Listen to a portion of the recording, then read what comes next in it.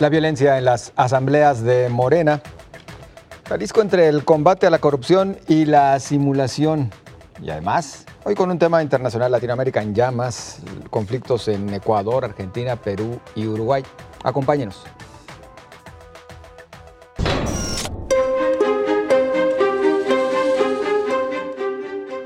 El partido Morena realizó sus asambleas para elegir a 200 consejeros en el país y al menos en 5 estados de la República tuvo capítulos de violencia. El caso más grave fue en Jalisco, donde se interrumpieron 9 de 20 asambleas por grupos armados, de al menos 4 sujetos cada uno, todos ellos con armas cortas y largas. Los críticos hablan de una disputa interna entre los grupos al interior de Morena. Entre el ex candidato al gobierno de Jalisco y exdelegado Carlos Lomelí, el coordinador de delegados Gabriel García Hernández y la disidencia. El dirigente estatal sostiene que son grupos extraños y ajenos al partido. También este fin de semana, en Baja California, se llevó a cabo una consulta no reconocida por el Instituto Nacional Electoral para que los ciudadanos decidan si el empresario Jaime Bonilla debe durar 2 o 5 años en el gobierno. Obviamente ganó la segunda opción y la ley será publicada. Fue elegido para un bienio, pero se reformó la Constitución para que esté 5 años y seguramente se resolverá en tribunales. Pero ha despertado muchos comentarios la coincidente presencia de Andrés Manuel López Obrador en Baja California este fin de semana. Bueno, así las cosas y así iniciamos En Controversia, invitándole a acompañarnos durante todo este programa. Saludo a mis compañeros. Sonia Serrano, buenas noches. ¿Qué tal? Muy buenas noches. David Gómez Álvarez. Buenas noches. ¿Cómo estás, Julio Ríos? Buenas noches, saludos al auditorio. Y Agustín del Castillo. ¿Cómo les va? Buenas noches. Empecemos, Julio. Morena, te tocó a ti inclusive estar en algunas de las actividades ahí dentro de la cobertura informativa con todos estos conflictos que hubo en las asambleas distritales. No, periodista. Miembro. En esta ocasión, periodista. No, ¿qué pasó? No. La tecnocracia saca las uñas en la mesa. No es cierto. No, mira, aquí fíjate que se entrelazan en esta misma introducción dos personajes que tienen que ver mucho, porque recordemos primero que Morena ha sufrido en Jalisco una inestabilidad política en su dirigencia prácticamente desde hace 5 años. Incluso Jaime Bonilla, que aparece aquí en la cápsula y que ya será gobernador de Baja California por 5 años, porque sabe? Ya pareciera que es una burla, pero bueno, que es una burla. Pero bueno, Jaime Bonilla fue incluso delegado de Morena en Jalisco. Sí, ¿verdad? Aquí en el año 2015. Hay que recordar que... Y recordemos el caso del hubo una dirigente que frustrada... fue asesinado en Colima.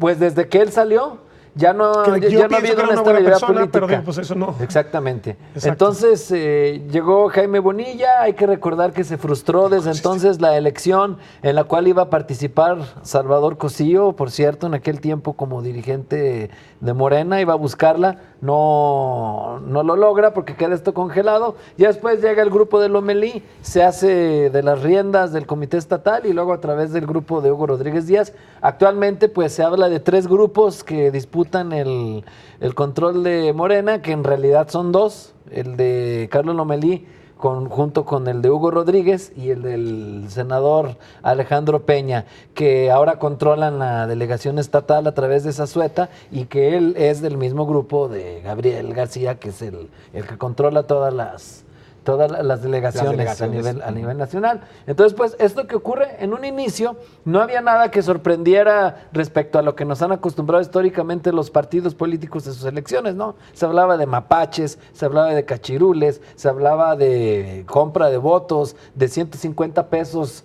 para los que fueran a votar con todo y desayuno les iban a dar. Pero ya lo que se hablaba en las primeras horas incluso, pero ya cuando empiezan a surgir los ataques de los encapuchados, de los balazos, y ya cuando vemos los videos de estas personas heridas, uno de ellos que sigue grave, es cuando ya empieza uno a pensar, caray, ¿qué está pasando? No sabemos si realmente son personajes externos, como lo dice Hugo Rodríguez Díaz. Algunos no le creen, algunos creen que todo fue incluso un teatro para intentar reventar las elecciones porque no le eran favorables a cierto grupo, o que incluso dentro de ese teatro hubo algunos que pues también se les metieron y pues todo se desestabilizó de tal forma que vimos esto.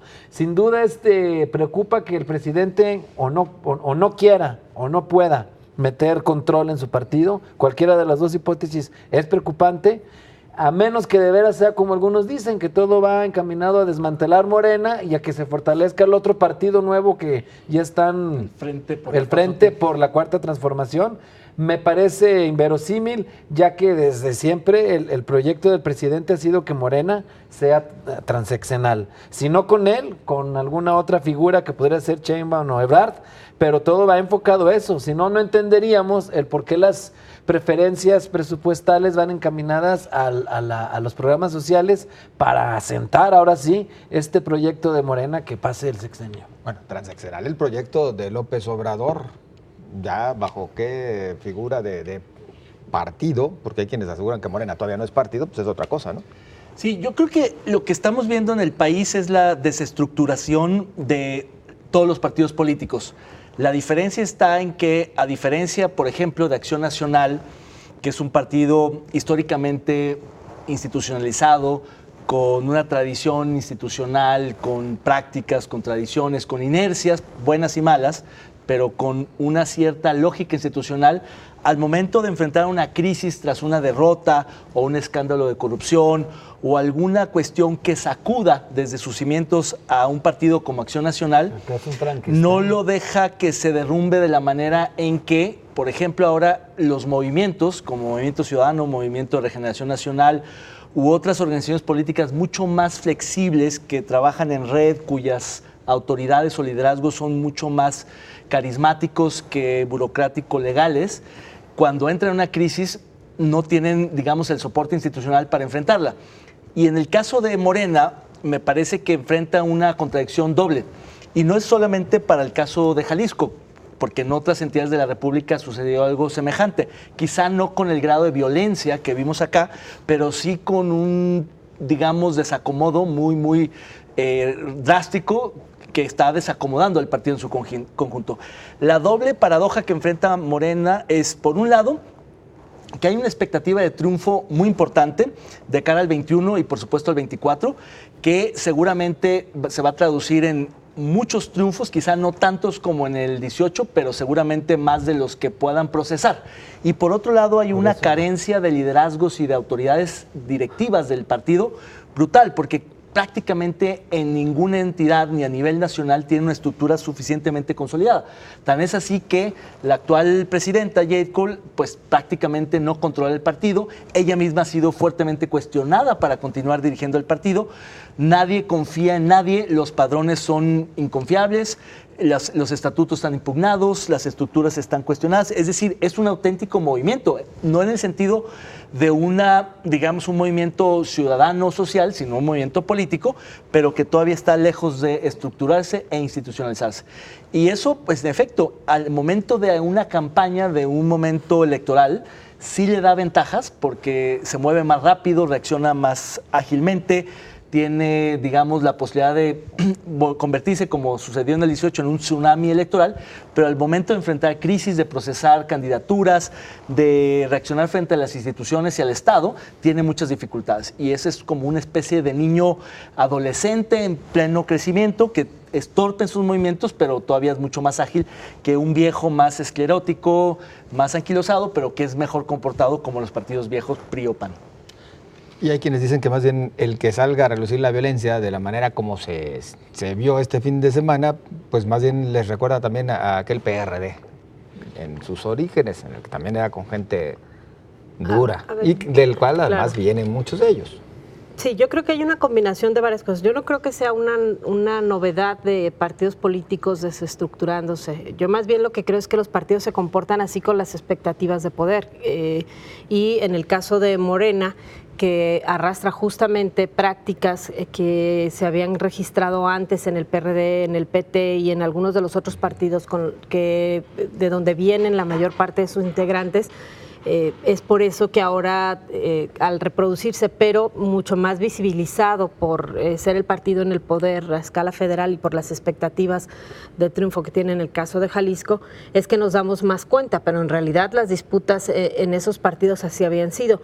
Y las disputas en los partidos con posibilidades de poder a ese nivel de violencia han existido, si no, no habría habido casos como el de Colosio o como todo lo que sucedió en los 90s en el Partido Revolucionario Institucional. Es decir, los partidos, cuando las expectativas de poder son así, son capaces de cualquier cosa por todo lo que está en juego. Lo vemos ahora en Morena. Las características particulares en Jalisco es, creo que mucho de lo que han señalado David y Julio, ¿no? Primero, el que no hay un liderazgo todavía definido. Medio lo había ejercido Carlos Lomelí. Tenía prácticamente el control de las decisiones, había algunas protestas sin mucha fuerza, sobre todo porque ante el presidente, que es el líder, aunque él lo niegue y diga que no se entiende mucho de los asuntos de Morena, es el líder de Morena, ante el presidente, el representante de Morena en Jalisco era Carlos Lomelí, y las voces que estaban en contra o que de pronto tenían alguna inconformidad no eran escuchadas.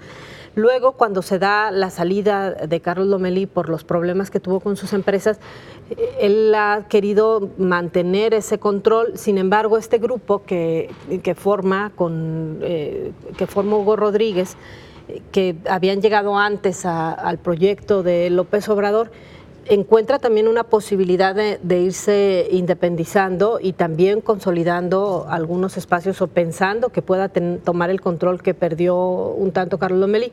Y por otro lado está la dirigencia nacional, que no suelta a Morena en Jalisco y que no suelta sobre todo las posibilidades de control desde el centro, que además es un partido, pues si tienes un líder único, pues también un partido centralizado. Y la otra parte es el gran desorden y la falta de perfiles para tener liderazgos en cada uno de los espacios por la conformación de Morena en Jalisco, que está integrado por un montón de gente que viene de otros partidos y que si bien parecía o pintaba también para hacerse notar, se han quedado cómodamente esperando, pero cada que pueden le abonan a tratar de empujar y codear para colarse en alguno de los espacios. ¿Esto qué hace? Pues que no haya proyecto, que a mí es lo que me parece más delicado, no porque necesitemos a Morena, sino porque pues es el partido que podría tener posibilidades de mejores resultados en el 21. Imagínate, si ese va a ser el partido que va a gobernar municipios y que pudiera tener control en el Congreso del Estado, creo que sí tendríamos que preocuparnos los jaliscienses. Y bueno, llama la atención que hasta el momento, en el caso particular de Jalisco, pareciera que persiste cierto desinterés desde el centro de lo que pueda ocurrir. Y tan es así que no ha sido prioridad Jalisco, extrañamente, de López Obrador, que inclusive personajes de Jalisco que tengan algún cargo, no en Morena, sino en lo general en la estructura de gobierno, pues son pocos, si acaso 3 en este momento se me ocurren a mí. Alberto Uribe en Relaciones Exteriores, el exalcalde de Zapopan, Héctor Robles, que está en el Seguro Social en este momento, y José Luis Ortiz García, que tiene un cargo en Liconza, pero de ahí en más. Y cargos no de alta relevancia. Carmen Rodríguez Armenta en la Dirección General de Educación Superior. También, cierto. En la Ciudad de México. Cierto, 4. Yo creo que el presidente no apuesta por Jalisco porque no cree que Jalisco le vaya a dar la cauda de votos que le podría dar Veracruz, que le puede dar Puebla, que le puede dar el sureste. Me parece que el presidente ha definido... Mal, entonces, ¿no? ¿Perdón? Mide mal, entonces. Sí.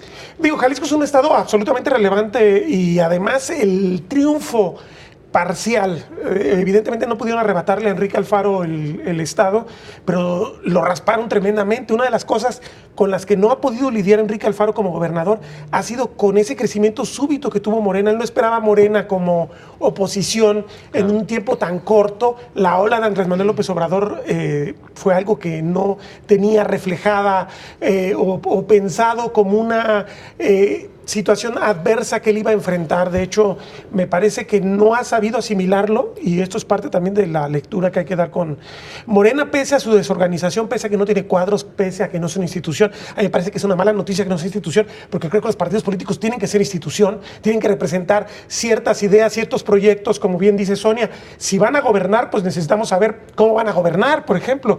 Pero si no hay proyecto, entonces esto termina siendo la famosa agencia de colocaciones que era el PRI. El PRI, aunque tenía otro tipo de maneras de dar cierta institucionalidad o control, era realmente un partido ambiguo en términos de proyecto.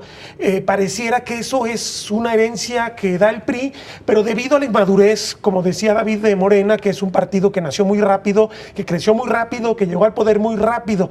Pero yo sí creo que el presidente no termina de creer que Jalisco le vaya a reportar algo interesante, y por eso también no ha apostado en términos presupuestales por proyectos federales en Jalisco,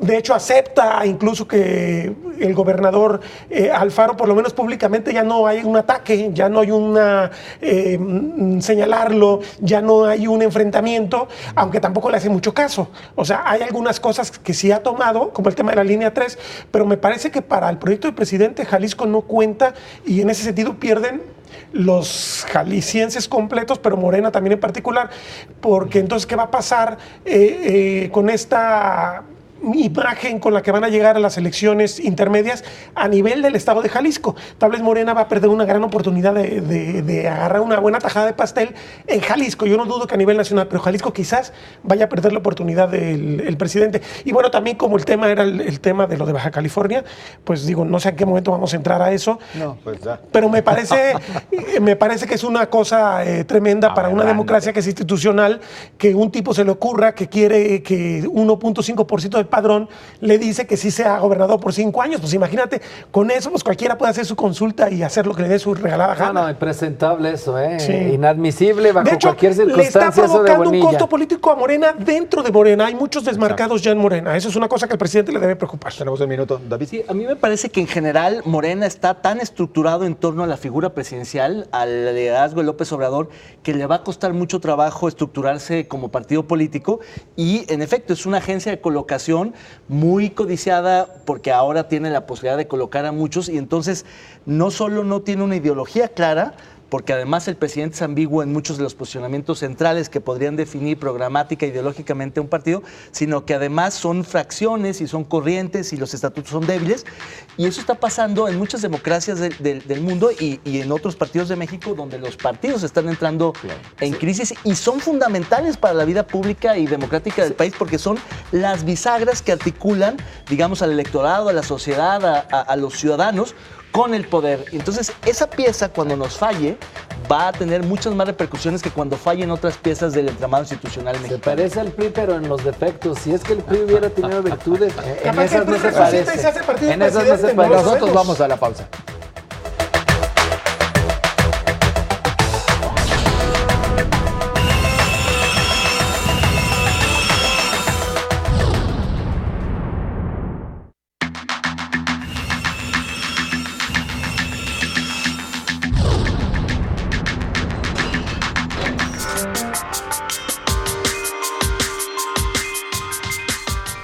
Tres exsecretarios de Desarrollo Social en el gobierno de Jorge Aristóteles Sandoval son vinculados a proceso.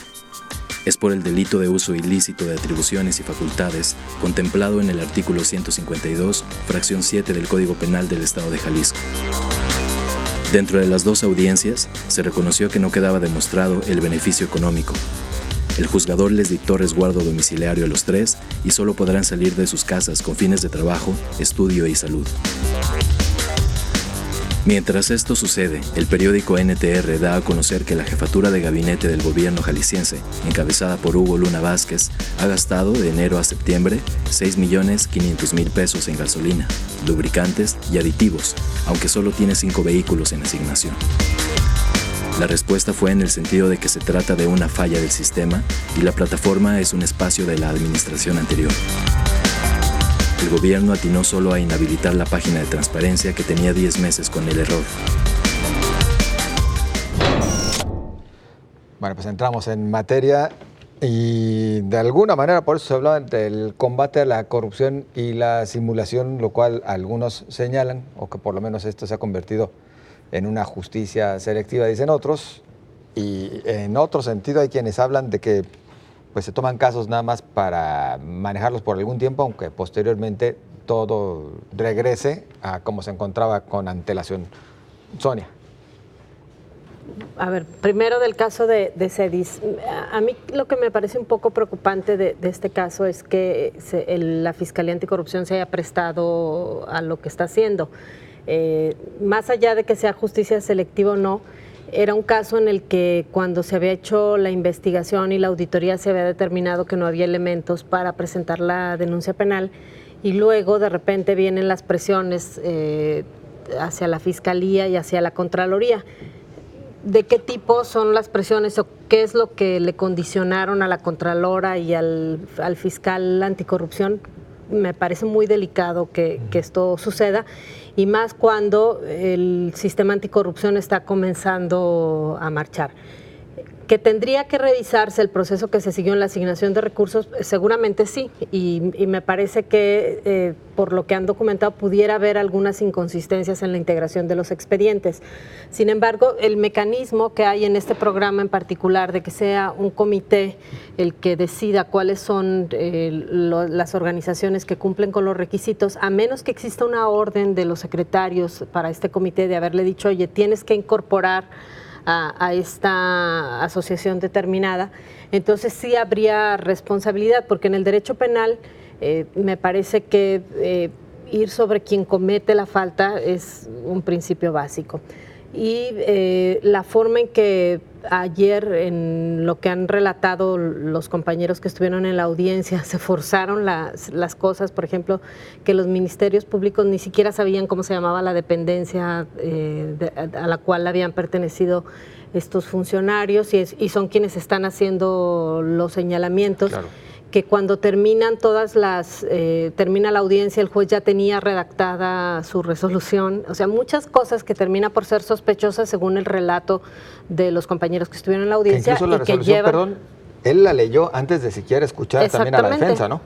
Así es. Entonces, creo que el sistema anticorrupción puesto a prueba en este primer caso, con tantas inconsistencias, tendría que ser una situación muy preocupante, porque entonces quiere decir que va a ser un sistema lo suficientemente manipulable por el gobernador en turno o por quien quiera para utilizarlo políticamente o con cualquier fin. Yo no sé si sea políticamente, se habla de muchas cosas, se habla, por ejemplo, del caso de Salvador Rizo defendiendo a una de las empresas que impugnaron a Toda Máquina y de otras muchas cosas más, de si tiene que ver que uno haya sido candidato a gobernador, todos estos detalles que podrían... Sonia, por ejemplo, en ese sentido alarmante que el PRI haya sido tan tortuga para defender a su gente, sobre todo en un caso en el cual tenía muchas maneras.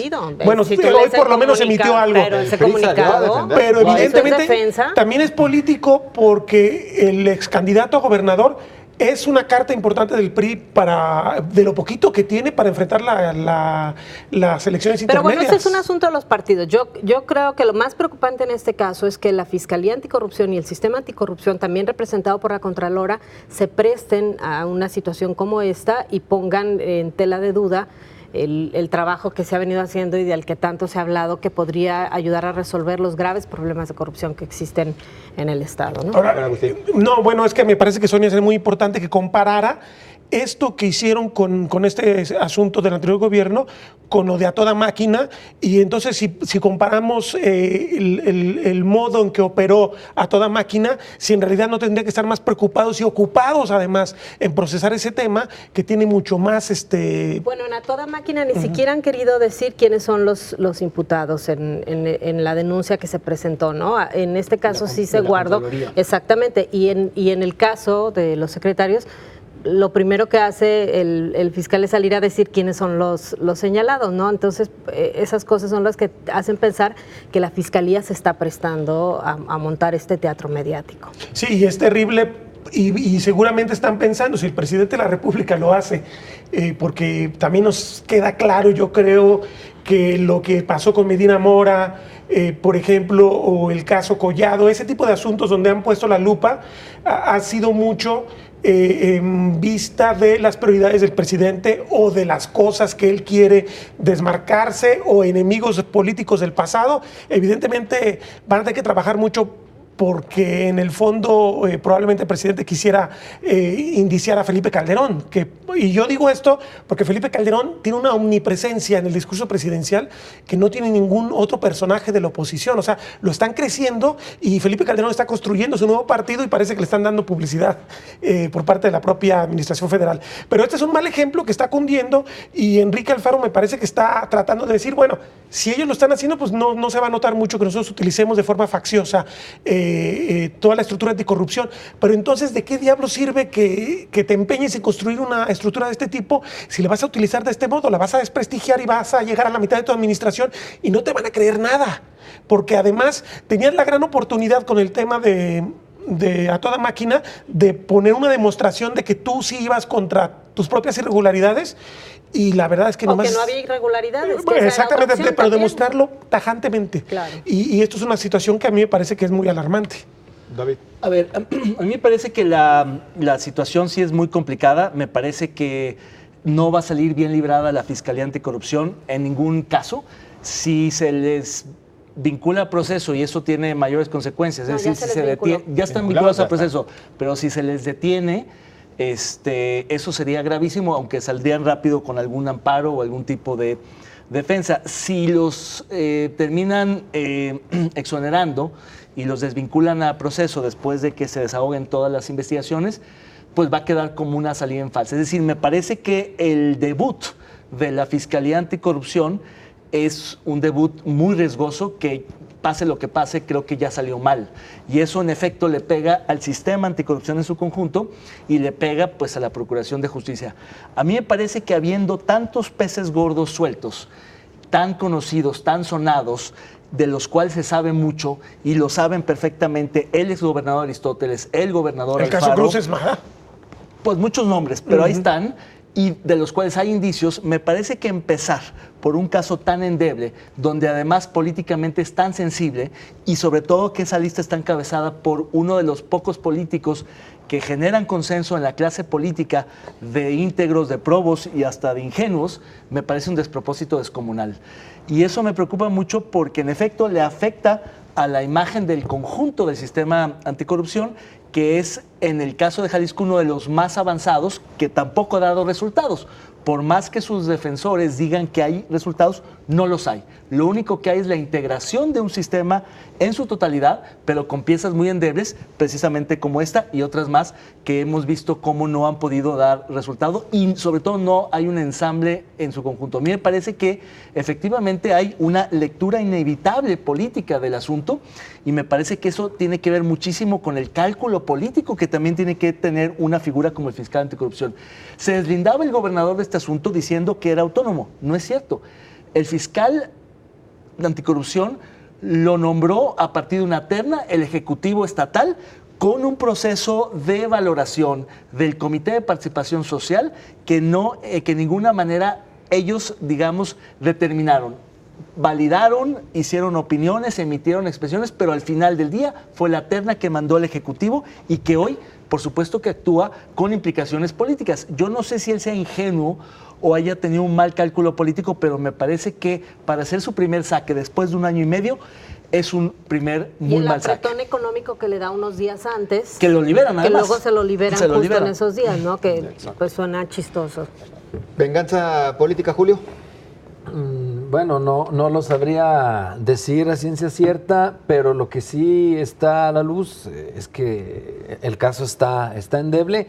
Y mira, no solo es este asunto de Miguel Castro, recordemos también el de Antonio Gloria, que si bien no tiene que ver a la Fiscalía Anticorrupción, sí fue uno de los casos que sorprendió, porque primero se presentaba como que, mira, pues van con todo contra la corrupción, pero si tú piensas primero en personajes del PAN que podrían estar sujetos a algún proceso por actos de corrupción, en el sexenio de Emilio, piensas en 5, en 10, antes que Antonio Gloria.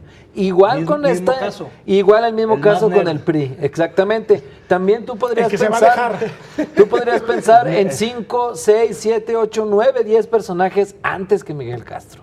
Sin duda alguna, coincido en que a lo mejor lo único que lo puedes culpar es de ingenuo y de que por ahí se lo hayan comido, pero de lo otro, de que pudiera ser corrupto, perverso, malvado, yo creo que Pero nadie nos entonces, tragamos ¿para qué- ese pero cuento. ¿Para qué quieren los Entonces, blindajes de los comités y la participación ciudadana si luego las decisiones que ahí se tomen van a ser achacadas a un funcionario? Ahí es donde está Pero, la clave. Si hay un pero comité que legalmente no lo van a determina. poder entonces indiciar No, justamente porque existe. exactamente. Ahora, si tú nada más tenías... A lo para mejor terminar, aquí mi sí, querido pues, Agustín. sí, perdón. Entonces, pues sí, coincido. La Fiscalía Anticorrupción se está jugando mucho en este asunto. Se está jugando el prestigio porque mucho se le ha criticado que un delantero que no anota goles no sirve. Ahorita no recuerdo cuántas son, creo que 150 carpetas de investigación en lo que va del año y solamente esta es la que han podido vincular a proceso. Creo que un inspector Y creo que chiquito por algún, ahí, sí, previo. pero de los grandes, pues, de los Es lo peces primero. Lo que pasa es gordos. que seguramente les pidieron Y se les va a nombres. Probablemente este tema, si lo bajas de escala y encuentras gente que mucho más tenga posibilidad de haber hecho algún mal manejo ahí, pero es un tema modesto, no va a salir un nombre importante y Claro, entonces... la directora pues de sí, Recursos Humanos o de exactamente. General de Administración es la que firma. Sí. Hay una responsabilidad política del Sí. secretario. Yo creo que ese fondo y las asignaciones son absolutamente incorrectas, pero de ahí a que tenga implicaciones penales y sea un asunto grave, por favor, hay muchos más temas importantes en el Estado como para discutir que les dieron a las... claro que eran organizaciones pseudo-priistas, pero hombre, era un asunto menor, se hacía antes, se sigue haciendo. No hay una desviación, hay un mal gasto. En todo caso, lo dijo Castro muy bien. Yo actué de buena fe, no estaba enterado en los detalles, el dinero se dio, se ejerció y está comprobado. No, pero que además no él hayan lo sido asignó, las pues. destinatarias correctas, la mejor forma de asignación, hombre, el gobierno está hecho de despilfarros y de malas asignaciones.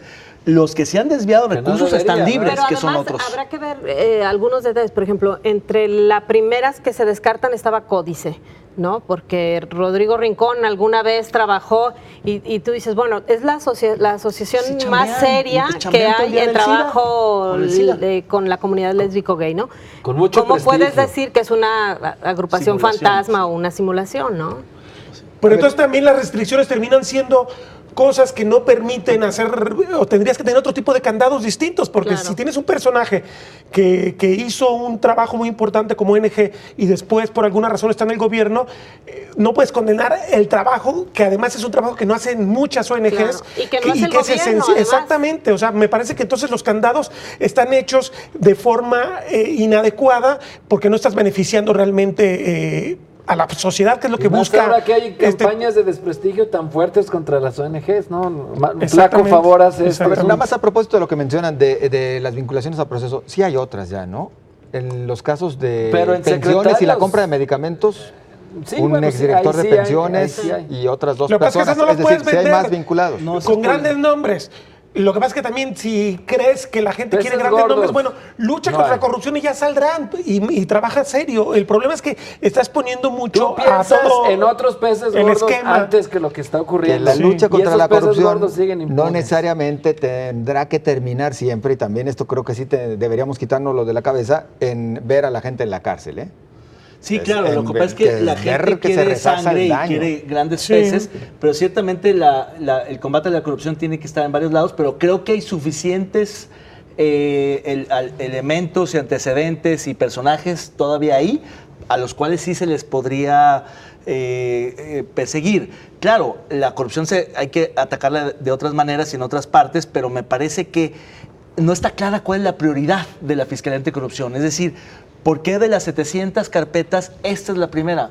Porque en el caso de la Fiscalía General con Toño Gloria, era una carpeta que venía de atrás, Sí, que claro. tenía una prelación, que era inevitable, que ya no la podían postergar más y fue un fracaso, pero de la Fiscalía General. Aquí no, aquí había otras carpetas. Le habían preguntado al fiscal anticorrupción por cuál era la prelación, el orden, los criterios, las prioridades, y no estaba claro. Eso es parte de una discrecionalidad que creo que ya no debe estar. Tiene que haber un cierto orden, un criterio para decir por qué estas sí y otras no, porque hay otras. ¿Y por qué no se han abierto nuevas y de otros personajes señalados? O sea, ¿hasta dónde investiguen qué temas y por qué en otros no? Es decir, es muy discrecional el tema. Habría que transparentar eso también. Y tendríamos que preguntarnos por los pactos políticos que generan la sucesión. O sea, todo mundo habló antes de la llegada de Enrique Alfaro de ese pacto con Aristóteles Sandoval para la transición, que se notó mucho en el bajísimo perfil del gobernador para enfrentar a Alfaro ya en la etapa que es candidato. Incluso la campaña priista fue manejada de forma muy endeble, o sea, como para dejarle la cancha. Si eso es cierto, habría que preguntarse. Lo consolida, ¿no? Si eso es cierto, habría y que en el caso de por qué Emilio Miguel González y su relación que todos conocemos públicamente, aunque le irrita Enrique Alfaro, con Enrique Alfaro, o sea, el apoyo de Emilio González a Alfaro en su primera ocasión que quiso ser gobernador fue manifiesto y evidente. En las dos, ¿no? Bueno, pero en la primera era gobernador, era mucho más importante. Y habría que preguntarse por qué Miguel Castro no entró en ese pacto y por qué también lo mandaron al matadero electoral a sabiendas. Y hay que preguntarle también a Fernando Guzmán cómo le abandonó el PAN para abrazar a Enrique Alfaro. Que también fue al matadero electoral Fernando Guzmán. Y bueno, que para muchos qué bueno, ¿verdad? Pero bueno, eso es otra cosa. Y lo que sí, independientemente de que haya razón o no, lo que sí las frases de decir no sabía lo que firmaba, acté de buena fe, a lo mejor quedan un poquito de más también, ¿eh? Bueno, vamos con esto a la pausa. Regresamos.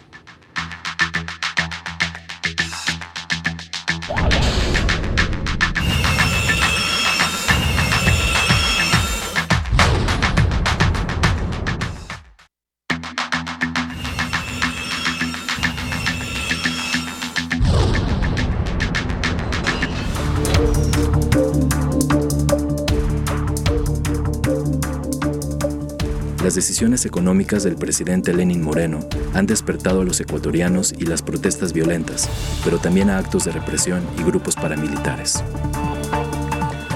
Una de las decisiones más cuestionadas fue la eliminación de subsidios a los combustibles para reducir el gasto y el déficit públicos, lo que se tradujo en un aumento del 123% en el precio de la nafta. Las decisiones cuestionadas y antidemocráticas de los mandatarios parecen esparcirse como epidemia en América Latina. Es el caso de Martín Vizcarra, presidente de Perú, que decidió disolver el Congreso. Y aunque asegura que su determinación es conforme a derecho, esto ha generado manifestaciones. Argentina, por su parte, pasa por una grave crisis económica, donde sus ciudadanos ven cada vez más lejana la luz del túnel.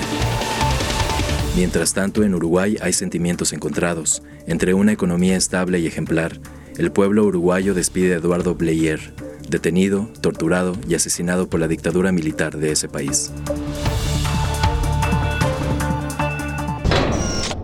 Latinoamérica en llamas. Hay quienes dicen que cuando veas las barbas de tu vecino cortar, pon las tuyas a remojar, David.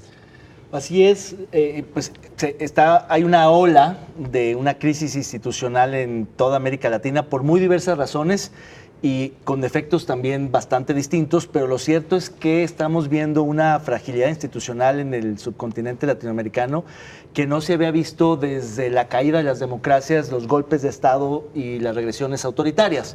Se pensaba que la democracia se había consolidado en América Latina y que incluso después de la transición, de las transiciones a la democracia, de los regresos a la democracia, ya se estaba discutiendo la consolidación democrática y para muchos era prácticamente irreversible la conquista de las elecciones libres, justas, equitativas, de la expansión de la institucionalidad democrática, etcétera. Y vemos que eso no es tan cierto, que en realidad nuestras democracias son mucho más bananeras que lo que creíamos. Y en ese sentido, el caso más, digamos, inesperado es el de Ecuador, que a raíz de una serie de ajustes económicos, por supuesto dictados por el Fondo Monetario Internacional, como muchos otros que se han implementado en la región, simplemente destaparon un descontento social que estaba contenido y el pretexto del alza de la gasolina los llevó a una serie de manifestaciones y de movimientos y de crisis que han obligado al gobierno a tomar medidas que no se habían visto hace mucho tiempo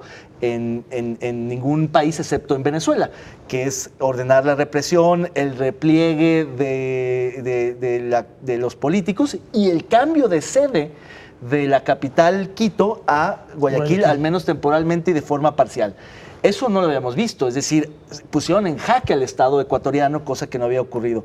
Y claro, esto fue después de la crisis peruana, donde de igual manera el presidente, sin una mayoría clara en el Congreso, lo que se llama en términos de la ciencia política gobierno dividido, no podía pasar legislación, ni presupuesto, ni aprobar leyes. Y en Perú, a diferencia del resto de los países latinoamericanos, el presidente sí tiene facultades para disolver el Congreso y lo disolvió como lo hizo en su momento Fujimori, que le causó su propia caída. Entonces, en Perú también hay una fragilidad institucional brutal, donde hay una estabilidad enorme y donde no está claro quién gobierna, con muchos expresidentes, ya sea difuntos en el exilio o procesados o en la cárcel. Y lo mismo en Brasil, que vimos hace un par de años un golpe de Estado técnico en contra de Dilma Rousseff, que fue depuesta por una mayoría que se conformó de manera muy ad hoc para ese propósito en particular, y después el encarcelamiento del expresidente. En Argentina hemos visto también cómo se han tambaleado las instituciones políticas a partir de las crisis económicas y donde no queda claro cómo va a ser el resultado electoral que defina el futuro de Argentina, pero lo único que sí sabemos es que va a ser un peronista quien gobierne, ya sea por el oficialismo que lleva en la fórmula a un peronista o bien por el peronismo opositor que también lleva a una Kirchner en la fórmula. Entonces lo que vemos en América Latina que no habíamos visto es que no es solamente el caso venezolano donde se desmanteló la democracia, donde se desmoronó la economía, donde está en una crisis que ha llegado a unos niveles insospechados. Quizá es el caso más grave del mundo, incluso por encima ya de Siria en los números del éxodo venezolano. Ya casi 5 millones de habitantes de venezolanos han abandonado el territorio, incluso la mayoría a pie, a Brasil, a Guyana, a Colombia, a Ecuador, a Perú, pero también otras democracias resultaron muy frágiles. Ahora Ecuador, Perú, Bolivia, que está también en una encrucijada con la reelección por cuarta ocasión de Evo Morales, que también ha tenido revueltas, insurgencias y, digamos, dificultades, pero que seguramente se va a reelegir, pero que también, digamos, pone en duda la democracia, porque si alguien es capaz de estar hasta ahora 17 años con la posibilidad de estar 20 y tantos, hoy por hoy ya Evo Morales es el líder con más tiempo en el poder después de Castro. Y en ese sentido, pues eso no es democrático bajo ninguna luz. Entonces eso pues no deja de preocupar a México, que finalmente tiene que verse en el espejo de sus pares latinoamericanos. Y sin embargo, viendo lo que ocurre en otras naciones, seguimos pensando que pues México se cuece aparte, ¿no, Sonia? Yo agregaría a todo esto que señala David un componente que ha sido el tema de la corrupción que pasó fronteras en América Latina y que toca a México también, y que ha llevado a que un proceso que parecía cubriría expectativas de algunos de estos países, especialmente los que estuvieron un tiempo gobernados por la izquierda, en donde se consideraba que se venían abajo, en el caso de algunos países, los temas de las dictaduras, la llegada de personajes o de presidentes vinculados a comunidades indígenas, como es el caso de Evo Morales. Es decir, empezaba a haber una especie de expectativa de cambio en América Latina, que lo que se topó de inicio fue con lo que se conoce como la llegada de la marca España y de todas estas empresas de Europa que de inmediato aprovecharon las condiciones para sembrar la corrupción y encontrar además tierra muy fértil para la bien corrupción. En España y corruptísimas en América Latina. Pero digo, no tenía que enseñarles tampoco. No, encontraron América tierra Latina tiene un fértil, problema de corrupción centenario. Es tierra fértil. Ya estaba en quiebra en corrupción, España, ¿no? Claro. Y lo que ha llevado esto es, bueno, que ante la corrupción, además de la forma tan desmedida como ha sido, lo que hay son crisis económicas muy severas, países en quiebra, infraestructura a medias, no terminada, que todavía se debe, un montón de cosas que por supuesto que han obligado a los gobiernos a tomar medidas como la que sucede en Ecuador, y que quizá, a diferencia de esos países, en México todavía la movilización no cobra esas intensidades, que creo que eso es lo que nos hace diferentes. En realidad, la ineficiencia, la corrupción y los malos gobiernos los hemos tenido, al igual que en América Latina, la decepción ante las expectativas en un cambio de gobierno, en un cambio de partido, en un cambio de sistema. Esas las hemos tenido y nos han defraudado. Quizá en América Latina los esquemas de movilización son más intensos que los que hay en nuestro país. A ver, yo creo que estamos disculpando de entrada no es solamente un tema de corrupción. La corrupción sin duda existe cuando no hay institucionalidad, cuando no existen las herramientas para que tú persigas a los corruptos y sientes precedentes para que te la pienses, para hacer un negocio que está mal. Aquí me parece que hay una ausencia de inteligencia política y económica de las propias administraciones. Me parece que llega la izquierda, yo no sé cómo se construye la izquierda en América Latina, pero parece que ven la cuenta y piensan que hay que gastársela pronto. Entonces se hacen una serie de expectativas. Yo creo que no, pero a ver, Brasil es el ejemplo, Agustín. No, bueno, Brasil tuvo gobiernos de izquierda antes de este gobierno. Yo me refiero a la izquierda porque la izquierda no he visto yo que lleguen a hacer procesos como lo que yo he dicho que debe, por lo menos en mi entender, debería hacer López Obrador, que es reformas fiscales que cambien el ingreso. América Latina no paga impuestos. Tendríamos que tener. No, tampoco, pero es derecha. Pero es derecha, entiéndeme. Déjame terminar. La izquierda tiene que aprender economía. La izquierda tiene que aprender economía. Si tú quieres beneficiar a la mayor parte de la población, tienes que tener sensatez. Si yo no tengo suficientes ingresos, tengo que buscar cómo cobrar más impuestos. Ya viene. Tengo que hacer una reforma fiscal. A la izquierda le gusta gastar, pero no cobrar impuestos. Ese es el asunto. Populista. A ver, y eso es populismo. Y esa irresponsabilidad. A ver, Lenín Moreno es heredero y estaba además en el gobierno de Correa. Era su ministro. Lenín Moreno llega y recibe un paquete que dice, Dios mío, esto es un desastre, tenemos que hacer algo. Le echan la culpa al FMI. El imperialismo del FMI llega. El FMI dice, oye, tus cuentas son desastrosas, yo no te puedo prestar. Es como que tú, es como que tú tengas una casa y la pierdas y le digas al banco, préstame dinero porque quiero recuperarla. Oye, tú no eres confiable, tú no eres viable, primero ya toma medidas. Inquilino. Oye, pero eres parte de la misma familia del inquilino anterior. Tienes razón, o sea, hay un deslinde extrañísimo. Y yo solamente digo que somos muy autovictimistas. Yo no digo que, claro, la corrupción española, pero la China es impresionante. El imperialismo chino se está moviendo en África y América Latina de un modo impresionante con contratos leoninos que prácticamente en el caso de África está documentado cómo muchos de estos países quedan hipotecados a los chinos durante muchas generaciones para hacer infraestructura que incluso son empleados chinos los que van ahí a tener los empleos. O sea, eso está documentado. Hay un libro muy famoso que se llama El Imperio Silencioso, y que hicieron unos periodistas españoles sobre la huella china en África y en América Latina, Venezuela. ¿Quién iba a ser el gran canal de Nicaragua, que es un delirio que afortunadamente Ortega no pudo hacer? Eran los chinos. O sea, me refiero a que esa irresponsabilidad, ese soñar proyectos sin bases sólidas económicas es un defecto grave de la izquierda, y lo malo es que terminan afectando cosas muy legítimas de la izquierda, que es justamente el desarrollo. El desarrollo no se puede dar si no hay economía sana, y aunque la derecha es muy corrupta, estoy de acuerdo, la derecha por lo menos cuenta los centavos, aunque no hace reformas fiscales tampoco. Exactamente. Me voy a mi extrema derecha para escuchar lo que opina acerca de lo que erraste. En términos ideológicos.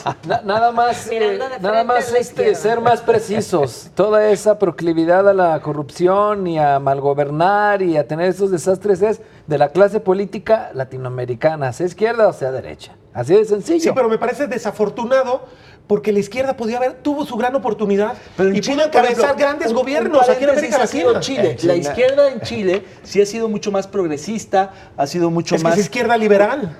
Sí, una centroizquierda. Democrática, pues. Democrática, y ha elevado impuestos. O sea, sí una derecha disfrazada de izquierda, ¿no? Porque también... Pues sí, hay quien dice que habría que discutir algunas cosas. A fin de cuentas, tú puedes desmenuzarlo. Si tienes a los evangélicos y estás dictando una cartilla moral, y por otro lado tienes un discurso contra los pueblos indígenas, pues entonces no terminas sabiendo cuál es el color de ese régimen. Por eso se llama populismo. El populismo toma un poquito de todo, y en realidad lo que hace es tratar de levantar a un líder carismático, pero no hay una definición ideológica precisa, y esos nos lo venden como izquierda, y me parece que es grave para la izquierda que lo acepte. Pero mira, también ya para terminar, en esta región del mundo, de esta región indómita que ha sido escenario de conflictos por el control geopolítico en Latinoamérica, históricamente ha sido así. Me da mucho gusto que sea el pueblo que sean los indígenas los que planten cara al gobierno y restituyan el estado de cosas como debe Ahora hay que de decir ser algo para a favor ellos. de Lenín ¿Por Moreno. qué? Aceptó ya sentarse a negociar. Digo, me acordé un poquito de Carlos Salinas cuando declara el cese al fuego los 15 días de la rebelión zapatista, que él iba contra los zapatistas, pero por ahí trascendió que el embajador americano le dijo, no hagas eso porque vas a darle la Recordemos torre que a todo tu el único poder que está encima de los tres poderes es el pueblo, porque es el que cede la soberanía en un pacto político a través de una constitución, y el pueblo en todo momento, si así lo ve. Bueno, eso suena muy bien como teoría. Yo creo pero que Lenín Moreno tuvo miedo. A ver, del es mi impacto. participación. Me refiero que tuvo miedo del impacto que iba a tener eso en su figura política. Pues claro que iba a tener miedo, ¿no? El Para pueblo concluir, está decidiendo al final de cuentas. el pueblo está decidiendo al final de cuentas, revirtiendo ese famoso paquetazo que ayer le llamaron así, todavía más allá que gasolinazo, lo revierte y dice, a ver, la soberanía es popular y aquí se restituye esto así. Nada más que no acaba todo ahí, ¿verdad? Y número dos, sí, me parece que vemos este bandazo que en Latinoamérica había sido de periodos de 20 o 30 años, primero las dictaduras, luego vemos estos gobiernos de izquierda, que luego se regresó a la derecha con Macri, con Bolsonaro, en Perú de nuevo, pero ahora rápido la derecha no sirvió y otra vez podríamos regresar a la izquierda por un factor que a mí me parece que no se ha tocado en esta mesa, como que Estados Unidos con Trump no está muy atento ahora a intervenir en Latinoamérica como antes lo hacía con otros gobiernos. Ahora se ve que están más ocupados en lo interior. La Guerra Fría, Claro. Pero eso acabó hace mucho la Guerra Hay Fría. un común denominador. Muchos latinoamericanos se preguntan por qué en México fracasó la seguridad. Y ciertamente en México se disparó. Otros países de la región no están tan mal. De hecho, Colombia logró controlar ese tema en un contexto donde el conflicto era mucho más severo porque era uno con guerrillas. Lo que creo que sí es un común denominador para América Latina. Llegó a un pacto con el grupo, con pero la guerrilla ya no hay más la grande. inseguridad que había antes en los 80s sigue y 90s. habiendo, sigue Pero habiendo. nunca los niveles de Si México. revisamos las Nada tasas, que ver sería con Venezuela México. y Brasil los que están encima de México en términos no. de tasa de homicidios. No, Brasil es impresionante la tasa de Brasil está homicidios. ligeramente arriba ya y lo vamos a rebasar según las proyecciones en un año. Esperemos que no. Venezuela Qué sí, terrible. porque Venezuela ya no hay Estado. Se acabó el Estado, no digamos de derecho, el Estado. Pero lo que creo que hay de común denominador en América Latina es la corrupción, que esa sí ha sido indistinta e independiente de izquierdas y derechas. Transnacional. Incluso en países un poco más desarrollados como Chile y Uruguay. Y el otro es la fragilidad institucional, que también, por excepción, siempre se cuentan aparte Chile y Uruguay. Chile y Uruguay pertenecen quizá a un subconjunto distinto. Tal vez Costa Rica también. Costa Rica también, que ya se va normalizando y se va acercando mucho más a Centroamérica. ¿Sabes qué más? Pero el caso de los conservadurismo demás, de la izquierda y la derecha es impresionante en América Latina. O sea, pareciera que todos son conservadores, aunque sean de izquierda o de derecha. Y entonces pero hay un miedo a la innovación, un miedo a transformar estructuras de parte de los dos polos y a políticos. fortalecer el Estado. El Sí, Estado sí, solamente es fuerte en en pocos lugares. Izquierda y derecha conservadores en Latinoamérica. No hay, excepto el caso de El liberalismo Chile, aquí no ha calado que bien era en América. izquierda en 2 moderada siglos. o derecha liberal, no sé cómo decirle, una derecha que sí alentaba las libertades individuales, por decirlo de un modo. En los demás es conservador, no hay media distinta. A ver, antes de Los despedirnos, demás una países. pregunta. ¿Qué es lo más conveniente, partiendo del caso de Ecuador? ¿Tratar de controlar las finanzas como se buscaba, inclusive endureciendo el tema impositivo?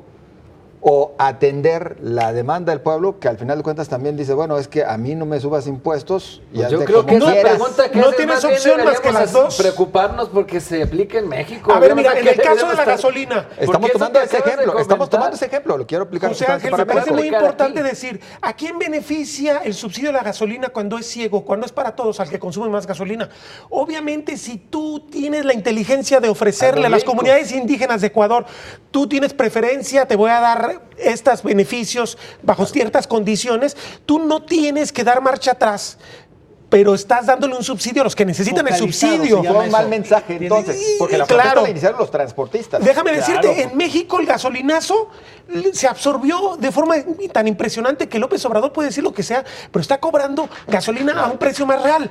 Y eso es muy bueno para Eso el está gobierno. bueno, claro, y para la Compañeros, ecología. nos para todos. retiramos. Muchísimas gracias. Buenas noches. Muy amables. Buenas noches. Pásela bien.